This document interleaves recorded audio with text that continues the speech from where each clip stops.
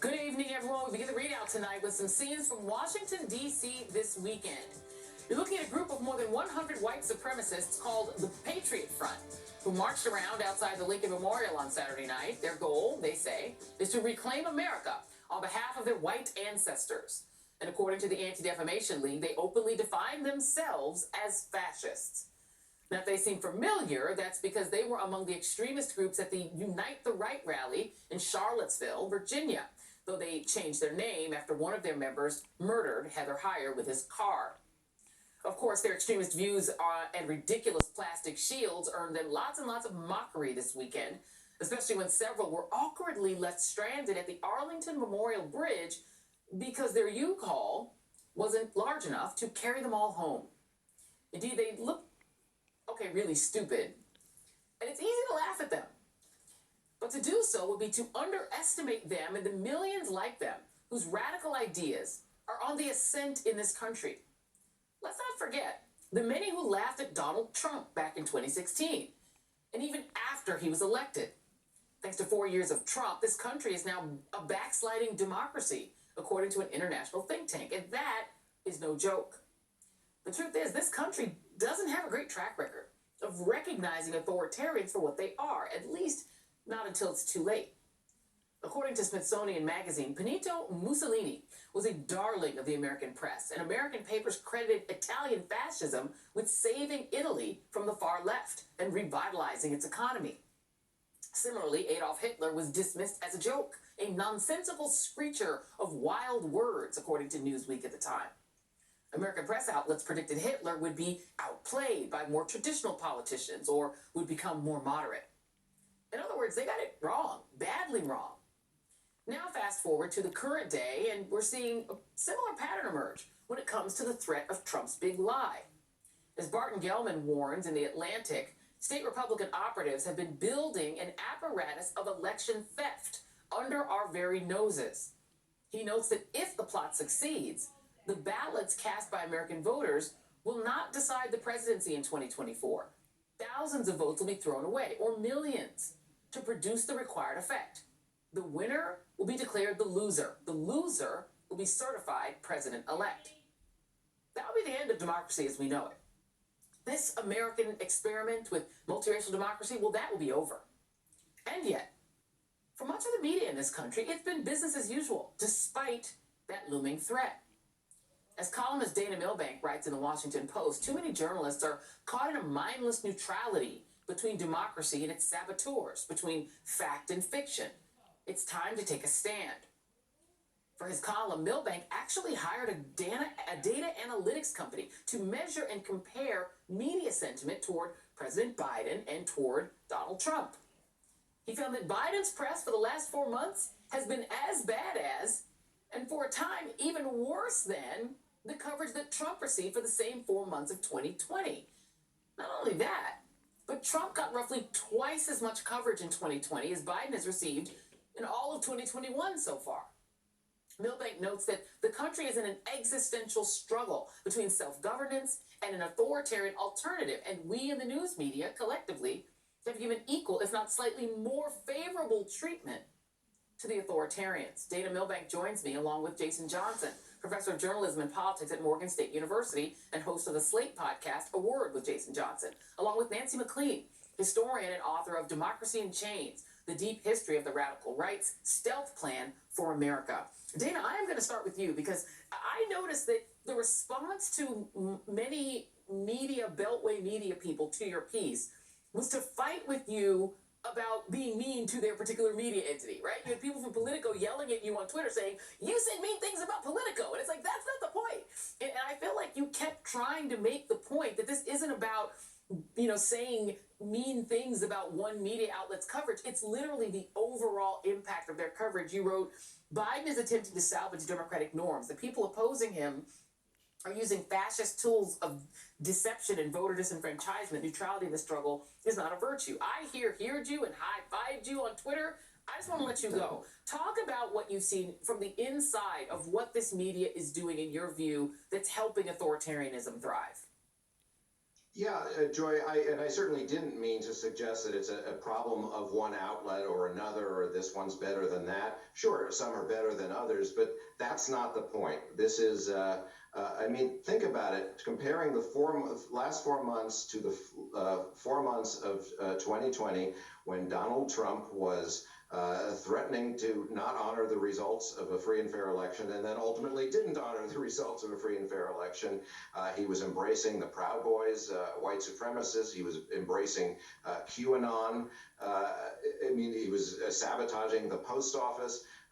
So this is, and at that period of time, he got similar to even more favorable coverage than Biden is getting today. So I think that's astonishing. And look, people in my business, I support this notion. We like conflict. We're combative. We like to hold the powerful to account. But we're in a whole different game here. It's not Democrats against Republicans. It's small d Democrats against authoritarians. And as you noted at the beginning, in many ways, we're losing this struggle. So I agree with reporters not being partisan, but we should be partisan when it comes to democracy. We should be partisan when it comes to the facts. And I think that's where I think we need to take a stand. Right, and Jason, I've long said that the media's only real bias, at least the mainstream media, is toward change and conflict, right? Donald Trump was entertaining for a lot of Beltway journalists. He was also open. He gave lots of leaks. His administration gave you lots of data and lots of sort of conflict-driven, content. He was a content creator. And so there was whereas when I remember when Barack Obama was in, the media generally disliked the Obama administration, even though they were not doing anything dangerous. He couldn't even wear a tan suit. The media would go ballistic and go nuts over him because he wasn't accessible, because he was seen as cold and not really accessible. There was no access. My challenge here, and this goes all the way back to the way the media operated in the 1920s with Mussolini, is that the media underplays the danger when a political party is out of step with democratic norms, and they overstate the horror when a Democrat generally, or somebody who's more of a normal politician, does anything that makes them annoyed, right? Anything that irritates sort of elite journalists. I'm worried that that tendency is always going to help the Trumps of the world and always going to hurt the Bidens. And that's not good for our democracy. Joe, you're exactly. No, it's not. And Dana, you're underselling yourself. No, thank you. Thank you for being someone who actually said this. And quite frankly, there's a racialized element to this as well, that I'm happy that you're the individual who said this. Because this is something that black journalists have been screaming about since Donald Trump got into office. When the man ran basically saying, I'm going to clear out this country of anybody who's not white and straight, it took 3 years for large numbers of media outlets, and I'll say the names, not everybody at these particular outlets, but The Hill did this, and Politico did this, and the New York Times did this. We've all talked about this for years. It took almost 3 years for most of the mainstream press to say, hey, this guy is an actual existential threat to democracy. And people who talked about it, especially journalists of color, were called alarmists or told they were being extreme. And then it literally took a man trying to overthrow an election and then send terrorists to try to overthrow the results of the election in January for a lot of folks to realize it. It is a problem. It is a danger. Is it entirely the fault of the media? No, it's not. But it is in part the fault. We don't hold each other accountable. And when people want to get angry at the messenger, instead of taking responsibility for the messages that they've been spewing. This is arguably one of the most important articles of journalism I have seen in a very long time. I'm so happy that we're bringing this to the fore, because as we go into 2022, and a lot of the things that they've talked about in the Atlantic start to manifest themselves. When you see in Georgia and Oklahoma and different in Texas where large swaths of votes are going to get thrown out the window, if we don't establish the language and dialogue necessary to point these dangers out, then we will have stolen elections, and 2024 will already be done. Yeah, and Nancy, and I don't know if you can pull back up this picture. I mean, you had a group of white supremacists who admit to being fascists, who are proud of it, march at the Lincoln Memorial. This does not become an alarmed story of existential crisis, whereas Hillary Clinton's emails about her risotto were the absolute obsession of the media. And again, I don't want to pick on one particular outlet, but the New York Times literally ran an excerpt of the book written by Steve Bannon's partner and ran that as if it was like huge breaking news with alleged wrongdoing from the Clinton Foundation that wasn't even real. But there is this sense that Democrats get held to this sort of normal standard, and they get just attacked for any little deviation. A tan suit, emails that you don't give the media access to. Whereas this latitude that we, and again, not every outlet are giving Republicans, includes trafficking in fascism, anti-Muslim attacks that could get a literal member of Congress killed. The latitude is so wide. Can you try to help us understand why that is happening?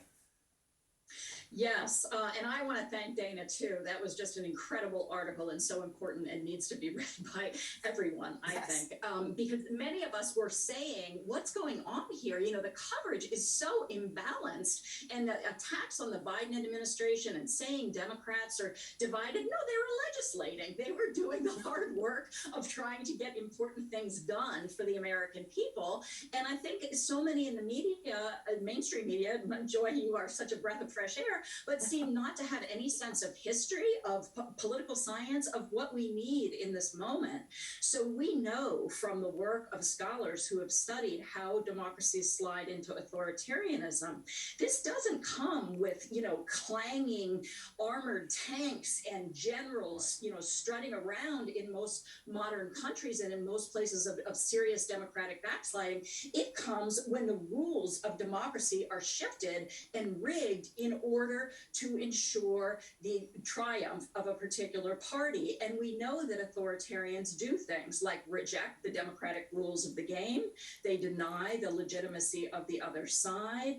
They encourage or tolerate violence, and they show a willingness to curtail the civil liberties of their opponents.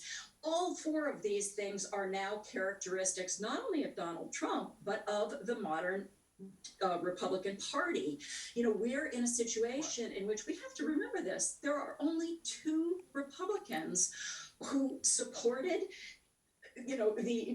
looking into the impeachment into the attempted coup on January 6th, only two Republicans who voted to censor Representative Gosar when he promoted violence against Alexandria Ocasio-Cortez. And we could go through many other things, but they, as Jason was saying too, they are systematically trying to get control of election administration in almost every state they control so that they can rig the election, possibly as early as 2022, but certainly in 2024. And in those circumstances, as Dana has suggested, and as you're all suggesting, to act as though normal media norms of neutrality apply is to participate in the destruction of democracy before our eyes. Let me read a little bit from Martin Gelman, who you should also read this piece, all of you who are great readers out there in the Atlantic. He says, Trump and his party have convinced a dauntingly large number of Americans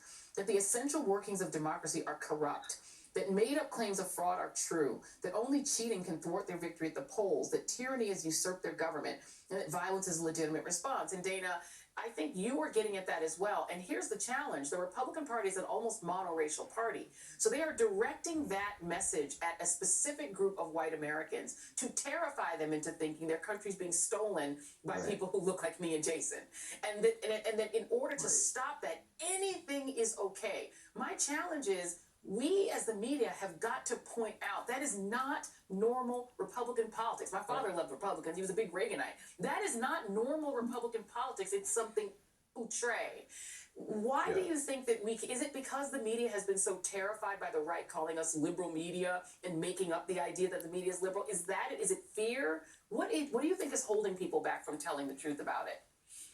Some of it may be fear, and some of it may just be returning to the previous business as usual. That was sort of the default position before. It just no longer works now. And the piece by Bart, I think, is terrific. It's because of the big lie. It's not those clowns marching in Washington with their Captain America shields. They're clowns. there are tens of millions of people who are no longer on board with the Democratic experiment. There are at least 10 states, including Arizona, Texas, Georgia, and Florida, that, as was just referenced, have given politicians essentially the ability to overrule the vote of the people. This could happen in 2024. There are signs that this is exactly what's going to happen.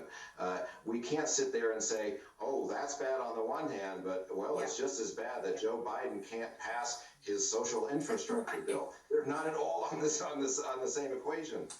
It's on the one hand, on the other hand. Nancy, just because you wrote a whole book on this, I'm going to give you the last word on this. It feels like the on the one hand, on the other hand tendency. The media does not want to be at war with Republicans. They never wanted to be at war with Donald Trump.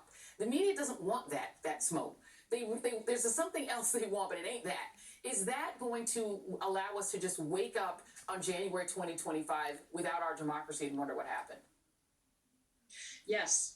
Absolutely. If that both sidesism continues, we are in absolutely dire straits. And I personally, and as you point out, I've written about this, I've researched this. This is not about liberals versus conservatives. No. This is actually not even about Republicans versus Democrats. The Republican Party has been captured by dark money donors and who have fed red meat to that white base for so long now that people have left the factual universe. We saw today from NPR that the death rate from COVID is now 3 times higher in states that voted for Donald Trump. And the more they voted for Donald Trump, the higher the death rate. These are people who have left the rails of science, of constitutional democracy, and all the incentives, and this is important to understand too, all the incentives in their world push for continued behavior. The more outrageous these members of Congress get, the more their social media ratings go up, the more money they bring in. So we have got to find other ways of sounding the alarm, and our traditional media could be that vehicle. But to do so, they're going to need a hard looking inward of the kind that Dana has so rightly suggested is well overdue.